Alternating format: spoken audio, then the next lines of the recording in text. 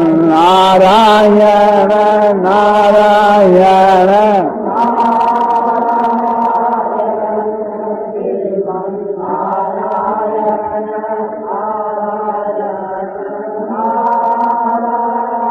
यावर रामचंद्र की मार भक्तवंशी। हमारे पास बहुत से भाइयों के पत्र आते हैं।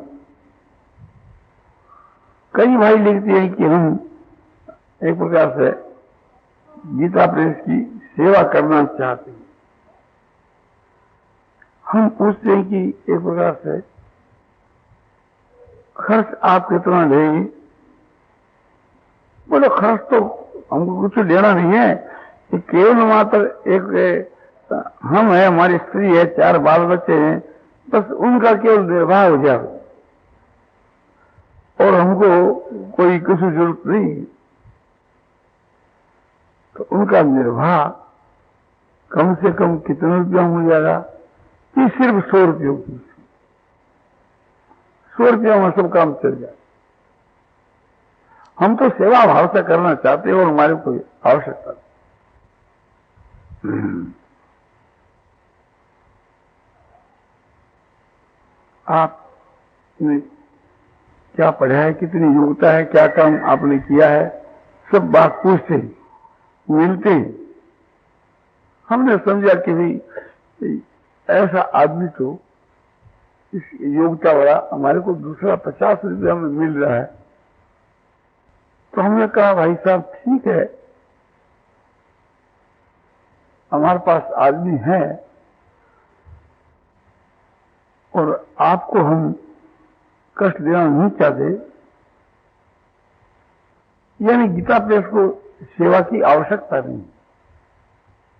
तो साहब हम जब काम करना चाह रहे हैं तो आप मर्जी से काम करा लीजिए। हम ये चाहें कि यहाँ सत्संग भी हो, भजन भी हो, अपनी जीविका भी चल जाए। हम कहते हैं भैया बात यह है कि आपकी जैसी योग्यता वाले यहाँ हमारे 50 रुपये में काम करते हैं और आपको 100 रुपया तो महीना दें और फिर आपका ऋण भी गीता प्रेस के ऊपर कायम ही रहा कि हम गीता प्रेस की सेवा करना चाहते हैं। आप ये कहते हैं कि मेरी योग्यता तो 50 रुपया की है, किंतु मैं गरीब आदमी हूँ, गीता प्रेस से किसी मैं सहायता चाहता हूँ। तो हम सोचते भी इसकी सहायता हम कर सकते हैं, नहीं कर सकते। तो एक बात ही, आप तो हमारे सिर के ऊपर एक प्रकार से बोझा रखते हैं कि हम गीता प्रेस की सेवा करना चाहते हैं। अरे सेवा करना चाहते हो कि सेवा कराना चाहते? 100 रुपया का आदमी हुए और 50 रुपया ले हुए तो उसकी सेवा हुई। और आदमी तो 50 रुपया अगर लेता है 100 रुपया, तो ये तो सेवा करानी हुई, सेवा करने का काम है। तो आजकल ऐसे सेवक मिलते हैं, बहुत आदमियों के पत्र आते हैं, हम कहते हैं हमारे को आवश्यकता नहीं सेवा कराने की। तुम दूसरी जगह चेष्टा करो कि जब सेवा करना तुम चाहते हो तो आजकल करानी बहुत मिल जाते हैं। सेवा करानी दुनिया में बहुत है। तो एक भाई समझो कि 100 रुपया तनख्वाह देकर के और 200 रुपया का काम करता है, 500 रुपया का काम करता है, तो वो गीता प्रेस की सेवा करता है। और एक भाई 100 रुपया लेकर के 50 रुपया का काम करता है, तो वो तो एक प्रकार से गीता प्रेस के ऊपर भार है, उसका बोझा है। गीता प्रेस के काम करने और अपने पदाधिकारी ये देखते ही इसकी तो आफत है, इसको उठाओ किसी प्रकार। इसका तो गीता प्रेस पर एक बोझा है। एक भाई जो है दिलचस्पी से काम करता है, न समय की चोरी करता है और न बल की चोरी करता है, न बुद्धि की। अपने शक्ति के अनुसार खटता है और पूरा समय देता है और बुद्धि भी लगाता है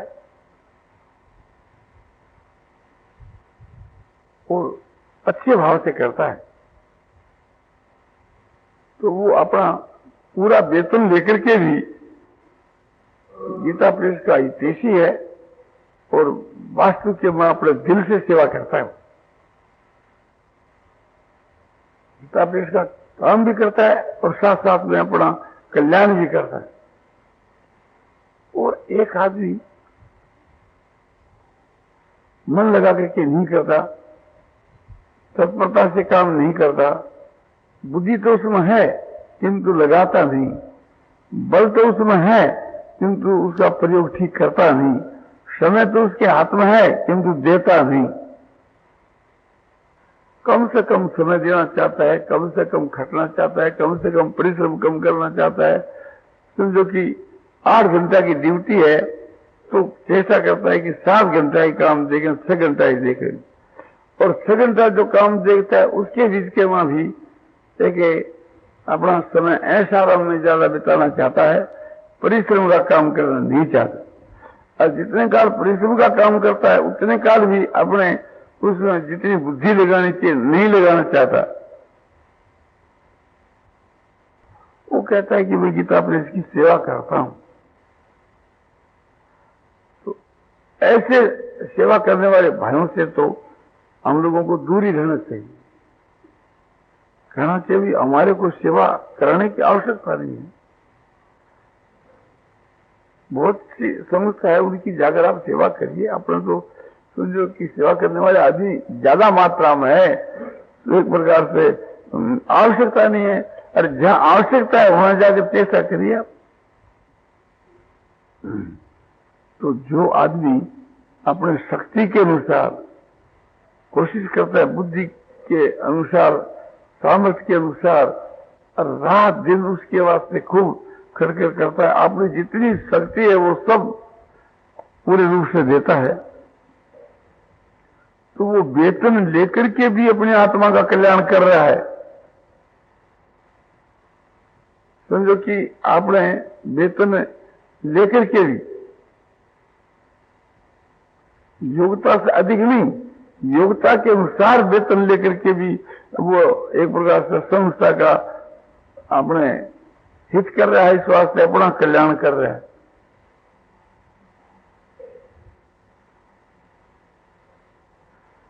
और एक आदमी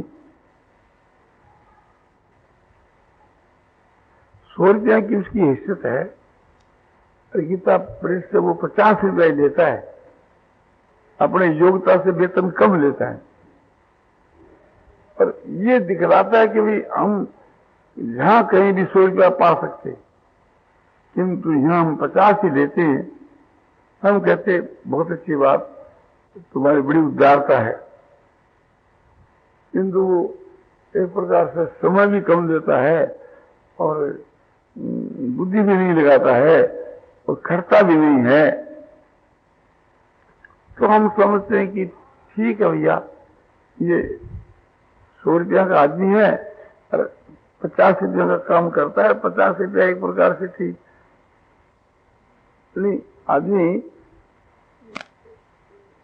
100 रुपया का है और लेता 50 रुपया है और काम भी 50 का करता है, तो उस जगह अपना घाटा तो है नहीं।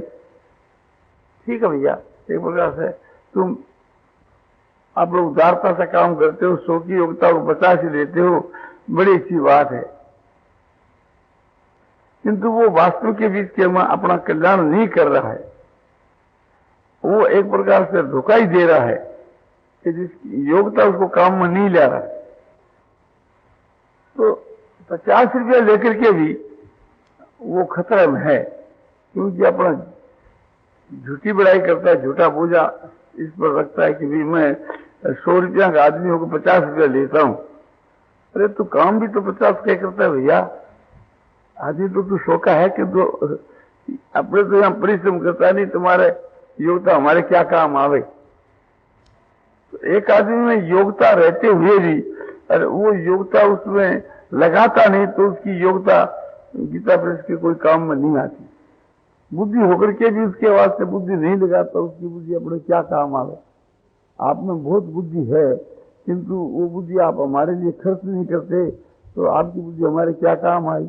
आपके पास लाखों रुपये हैं, किंतु आप हमारे को मदद नहीं करते तो आपके रुपये हमारे क्या काम आए।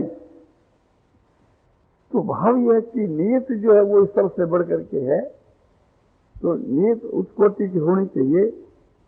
सेवा करके भी वाणी से नहीं कहना चाहिए और हृदय का भी ये भाव नहीं रखना चाहिए कि हम सेवा करते हैं, उपकार करते हैं किसी।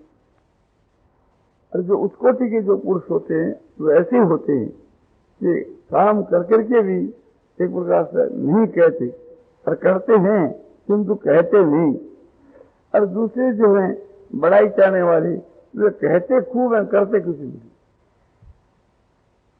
तो ऐसे आदमी तो संसार में आपको बहुत मिलेंगे कि अपनी बड़ाई करने वाले, डींग मारने वाले और वास्तव में समय पर काम के मां आपको धोखा देंगे। उनको यहां भी खतरा है और लोक में भी खतरा है, उनको लोगों को भी खतरा है और उनसे उनको आपको भी खतरा है। तो जो आदमी धोखा देता है, जो आदमी ऊपर का दफान न करके केवल मान बढ़ाई चाहता है, तो मान बढ़ाई का किंकर है, उसे किसी होना नहीं है। और जो उस कोटि के जो पुरुष होते हैं वे अपने गुणों को देखो करके छिप करके अधिक से अधिक काम करते हैं और दिखलाते कम है। लोगों की दृष्टि में इतना नहीं लाते और काम खूब करते। तो हम लोगों को अपनी आत्मा के कल्याण के लिए निष्काम भाव से काम करना चाहिए। इसका नाम निष्काम भाव है। हम किसी की सेवा करें, उपकार करें, किसी त्याग करें तो दूसरे को जनावे नहीं। जान गया कोई आदमी तो हम अपने ऊपर कलंक समझे। हमने तो नहीं जनाया किंतु कोई जान गया तो हमारे लिए लज्जा की बात है, शर्म की बात है, दुख की बात है।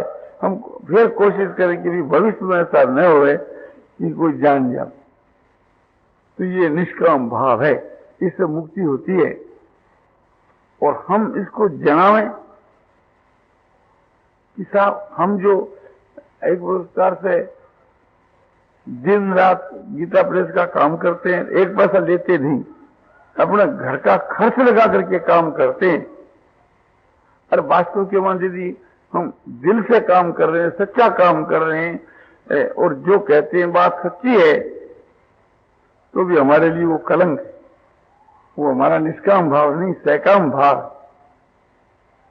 हम समझो कि न समय की चोरी करते हैं, न बुद्धि की चोरी करते हैं, न बल की चोरी करते हैं। अपना बल बुद्धि का प्रयोग करके और घर का खर्च खा करके काम करते, कुछ भी परिश्रम नहीं ले रहे, किंतु एक प्रकार से थी खाली हम कहते हैं मान बढ़ाई प्रतिष्ठा के लिए। और लोग कहते हैं साहब ये बात जो कहते सच्ची बात, ऐसी बात ही है। तो उस हमारी उत्तम दर्जे की क्रिया होकर के भी उसमें अहंकार घुस गया है, उसमें हमारी उस कोटि की नीयत नहीं है, उस कोटि का भाव नहीं है। क्रिया हमारी ठीक है, उपकार भी हम ठीक करते हैं, किंतु उससे हमारी मुक्ति नहीं हो सकती, भगवान की प्राप्ति नहीं हो सकती। बात सच्ची होकर के क्यों नहीं हो सकती कि वो हमारी सेवा निष्काम सेवा नहीं है। तो हम तो रुपया तो लेते ही नहीं, फिर निष्काम क्यों नहीं? तन मन धन से सेवा करते हैं, रुपया भी खर्च करते हैं, मन भी लगाते हैं, शरीर भी लगाते हैं, और फिर भी वो एक प्रकार से मुक्ति के देने वाली नहीं है। बोले नहीं, क्यों? कि तुम नाम चाहते हो। बोले नाम तो चाहते हैं, तुम्हारी कोई बढ़ाई करे तो तुमको अच्छी लगती है कि नहीं? वो लगती है। और कहीं तुम जाओ, तुम्हारा कोई सत्कार करे, मान करे, ओहो बोले गीता प्रेस के प्रधान आदमी आए तो तुम चाहते हो नहीं? सब क्या कहे, खुश होते हुए होते, तो तुम्हारा निष्काम भाव कहां रहा? तुम तो मान बढ़ाई प्रतिष्ठा के लिए करते हो, मान बढ़ाई प्रतिष्ठा तुम्हारे को मिलेगी, और मुक्ति क्या मिलेगी इससे? मुक्ति तो तब मिले कि इन सब को तुम ठुकरा दो। मान बढ़ाई प्रतिष्ठा को तुम कुकर की विष्ठा के समान समझो और अपने कलंक समझो, दूसरा भी कोई बड़ाई करे तो तुम्हारे चित्त में लज्जा होनी चाहिए। कोई कहे भाई ये गीता प्रेस का प्रधान आदमी है तो तुम्हारे चेहरे पर लज्जा होनी चाहिए, मन में दुख होना चाहिए, और ये भीतर से इच्छा नहीं होनी चाहिए कि ये हमारा परिचय दे दे। कहीं हम गए, समझ लो कि पुरी में गए या गया जी के वहां गए, और धर्मशाला का जो मुनीम है, गुमास्ता है, उसको कहा भी हमको एक कमरे की जरूरत है, हम अपने पिता पितामह के पिंड देने के लिए आए हैं और 1 महीना यहाँ रहेंगे। बोले साहब यहाँ तो कमरे सभी रिजर्व हो गई। दूसरा आदमी कहा कि आप जानते हो नहीं हो क्या? बोले साहब नहीं जानते। बोलो आपने जयदिया जी गोविंद का है और इनको तो जगह देनी चाहिए। बोले ऐसी बात है। फिर वो आता है साहब हम आपको पहचाना नहीं, समझा, आपने आपके लिए कोई कमी नहीं है, आपको 2 कमरा मिल जाएगा, 2 की जगह 3 मिल सकता आपको। आपका परिचय नहीं था, इस वास्ते हम ना कर दिया, तो हमारे कसूर को माफ करना। फिर हम उस अपने कमरों को ले लेते हैं। हमने कहा भी कि ये आपने कौन हमारा परिचय दिया? बोले तनु सुखराज जी ने दी। हम कहेंगे तनु सुखराज क्या आप हमारे को बिक्री करते हो? क्या जरूरत है? जैसे लोग रहते हैं सब रहते, आप हमारा परिचय क्यों दिए? ये हमारा भाव तो ठीक है। और हमने कहा कि आपने बहुत अच्छा किया, हम तो अपने मुख से कहते नहीं और पहली होती आपने बहुत अच्छा किया, और हम बड़े खुश हुए एक प्रकार से। तो हम क्या कर रहे हैं कि हमारी जो इज्जत है, हमारी जो प्रतिष्ठा है, उसको बेच रहे हैं और कमरा खरीद रहे हैं। 2 कमरों के बीच के वहां अपनी हैसियत को, अपनी इज्जत को हम बिक्री कर रहे हैं। तो ये सकाम भाव है। हमको तो अपना परिचय देकर के अपना व्यक्तिगत स्वार्थ की सिद्धि करनी ही नहीं चाहिए। और दूसरा भी इस प्रकार से थी हमारा परिचय देकर के और स्वार्थ सिद्ध हमारा स्वार्थ सिद्ध करना चाहता है, तो वो भी हमारे लिए घृणा करने के योग्य, त्याग करने के योग्य, हमको नहीं लेना चाहिए। फिर वो हमारे को कमरा देना चाहे तो हमको ये करना चाहिए कि भाई हम इस धर्मशाला में नहीं ठहरेंगे। क्यों कि आप तो एक प्रकार से थी मुझको एक बड़ा आदमी समझ करके, ऐसा समझ करके ये दे रहे हैं, दूसरे आदमियों से परिचय पा करके। हम तो साधारण रूप में आकर के जितना हमारा हक हो सके एक साधारण आदमियों का, बस उसी हैसियत से हम चाहते हैं, हम इस हैसियत से नहीं चाहते। तो हम अपना परिचय देकर के हम बड़े आदमी हैं ये परिचय देकर के यदि वहां हमारे को कोई जगह मिले तो वो हमारे त्याग करने के योग्य है, घृणा करने के योग्य। और यदि एक साधारण की हैसियत से जैसे और भी 50 आदमी आए, हम भी आए, उनको जैसे वो जगह मिलती है जैसे हमारे को मिले, वो ठीक है।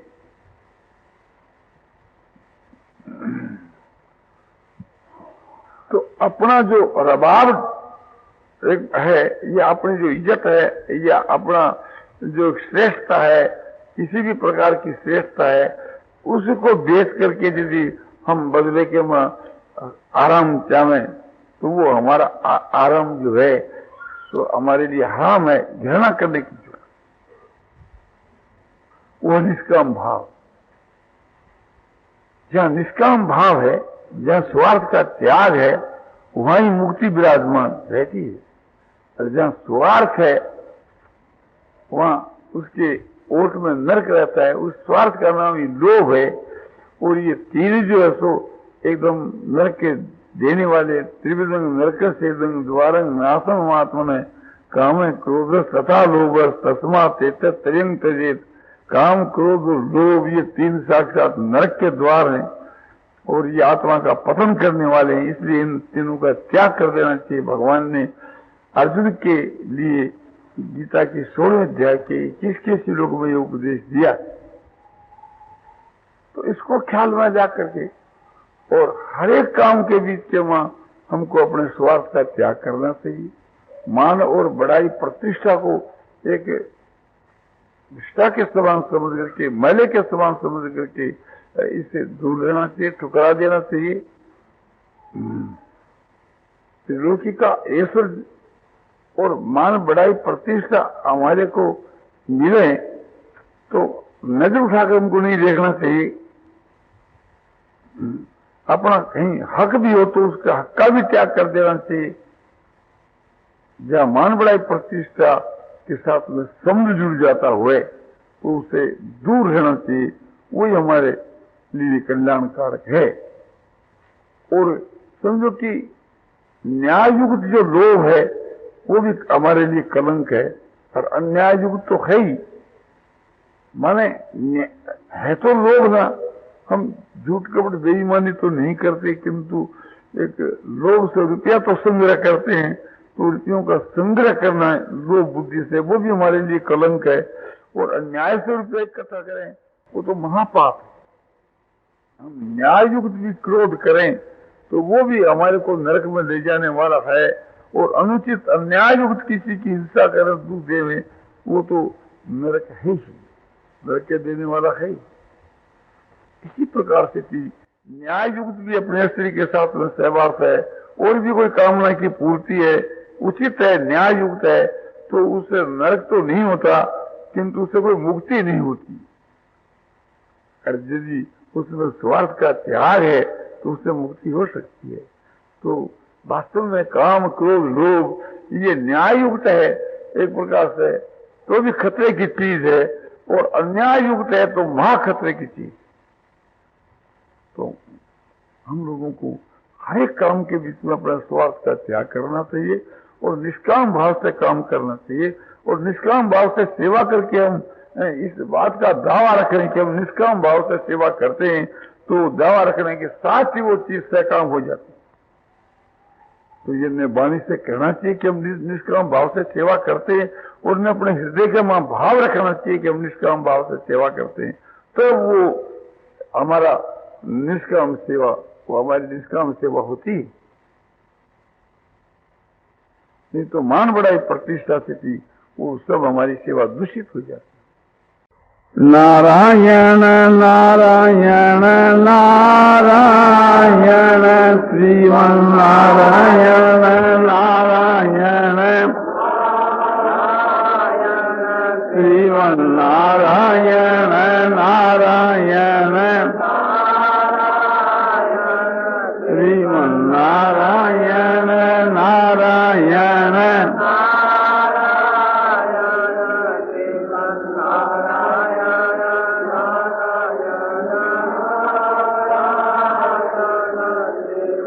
नारायण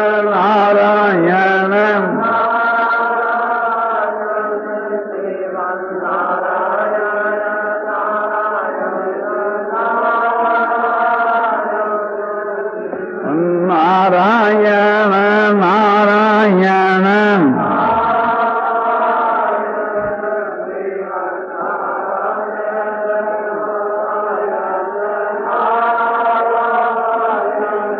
सियावर रामचंद्र की जय। मार मुकुट वंशी वाले